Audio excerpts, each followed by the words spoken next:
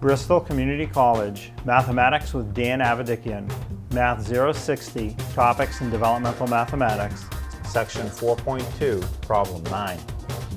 This is Section 4.2, Problem 9. It says, find the ratio of the corresponding sides of the given similar triangles.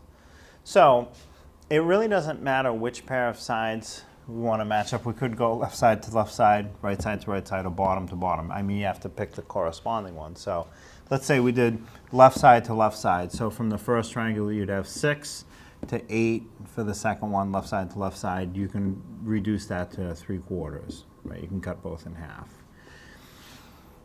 Let's say instead we decide to do right side to right side. So from the first triangle, it'd be 9 to 12 for the second one. That can also reduce to 3/4. Divide 9 by 3, you get 3. Divide 12 by 3, you get 4.